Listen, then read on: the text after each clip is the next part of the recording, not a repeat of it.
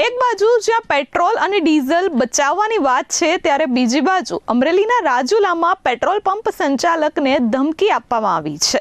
સુરતના સચિન પોલીસ મથકમાં ફરજ બજાવતા પીએસઆઈએ પોતાના લાગતા વળગતા સંબંધીને ડીઝલ આપવા માટે પેટ્રોલ પંપના સંચાલકને ધમકી આપી હોવાનો આક્ષેપ થયો છે.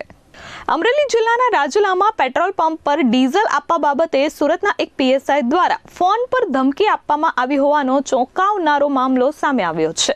સુરતના સચિન પોલીસ મથકમાં ફરજ બજાવતા પીએસઆઈ જયસુખ બારૈયાએ પોતાની ઓળખ આપી પોતાના સંબંધીને ફાયદો કરાવવા માટે પેટ્રોલ પંપના સંચાલક પર રોફ જમાવ્યા હોવાનો આક્ષેપ થયો છે.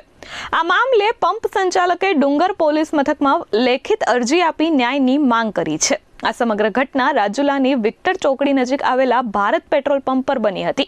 પંપના સંચાલક પ્રદ્યુમનભાઈ ખુમાણના જણાવ્યા અનુસાર સુરતના સચિન પોલીસ મથકમાં પીએસઆઈ જયસુખ બારૈયાએ તેમને ફોન કરી પોતાના સંબંધીને ડીઝલ આપવા માટે દબાણ કર્યું હતું. નિયમ મુજબ ના પાડતા પીએસઆઈ ઉશ્કેરાઈ ગયા હતા અને ફોન પર ધમકી આપી કહ્યું કે તમારા શેઠ શું ગુજરાતના સીએમ છે? ડીઝલ આપવું પડશે, નહીતર કેસ કરી દઈશ તેવું કહ્યું હતું. પોલીસના ઉચ્ચ હોદ્દા પર બેસીને કાયદાનો ડર બતાવી ધમકી આપતા પંપના સંચાલક પ્રદ્યુમન ખુમાણે તાત્કાલિક ડુંગર પોલીસ મથકમાં અરજી કરી છે. હાલ સમગ્ર મામલે પોલીસે આ સમગ્ર હકીકતનું કારણ શું છે તે જાણવા તપાસ શરૂ કરી છે. ગઈકાલે 22 તારીખે રાત્રે 10:30 આજુબાજુ જયસુખભાઈ બારૈયા કરીને એમના માણસ પેટ્રોલ પંપ પર આવેલું. એને બેરલમાં ડીઝલ આપવા માટે પંપના કર્મચારીને કીધું.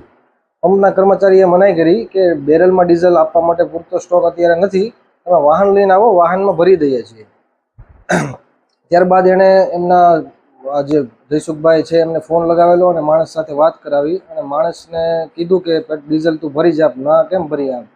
એટલે એમણે કીધું કે વાહન તમે મોકલો, વાહનમાં ભરી આપશું. તો એણે ધમકી આપી કે તારા શેઠ શું ગુજરાતના પીએમ છે? નો કેમ ભરી આપે? તમારો પંપ આગળ બંધ કરાવીશ એમ. ત્યારબાદ એણે મારો નંબર લઈને મારા ઉપર ફોન કરેલો અને મને ફોન ઉપર કીધેલું કે ડીઝલ આપો તમે બેરલમાં. અત્યારે કડક મામલતદાર સાહેબની સૂચના છે કે કોઈને 7-12 વગર ડીઝલ આપવું નહીં બેરલમાં કે ઓલામાં. વાહનોની ટાંકીમાં આપણે આપીએ છીએ, એની આગળ 7-12 હતા નહીં, કોઈ વસ્તુ હતી નહીં. અને અગાઉ પણ એનો ફોન આવેલો હતો, ત્યારે કીધું કે હું પીએસઆઈ સચિન સુરતમાં છું અને ડીઝલ જોઈએ છે. એટલે અમને એમ હતું કે કદાચ પોલીસ સ્ટેશનમાં કંઈક જરૂર હશે, એટલે અગાઉ 100-125 લીટર જેવું આપણે આપેલું હતું. ત્યારબાદ અત્યારે ના પાડતા એણે ધમકી આપી કે તમારો પંપ બંધ કરાવી દેશું, તમારા પંપને સીલ કરાવી દેશું અને તમારી ઉપર કેસ ઠોકીશ ને તમને હલવાડી દઈશ, એ રીતની ધમકી આપી હતી. ત્યારબાદ અમે ડુંગર પોલીસ સ્ટેશનમાં અરજી આપી આવ્યા છીએ કે આ રીતની અમને ધાક ધમકી આપી છે એ માટે. અને અત્યારે આ માહોલ છે તો માણસો અત્યારે બધા અમારે બી ગયા છે કે અમારી ઉપર કેસ કરશે, આવું કરશે. એટલા માટે કાલના રાતના માણસો પંપ ઉપર આવ્યા નથી અને એમ કહે છે કે જ્યાં સુધી આની કાર્યવાહી નહીં થાય, ત્યાં અમારી સેફટી કાંઈ નહીં થાય, ત્યાં સુધી અમે નોકરી પર નહીં આવીએ.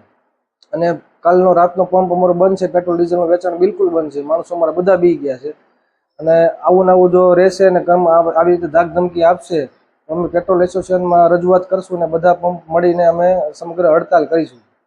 Dharmesh Mehta, S24 news, Amreli.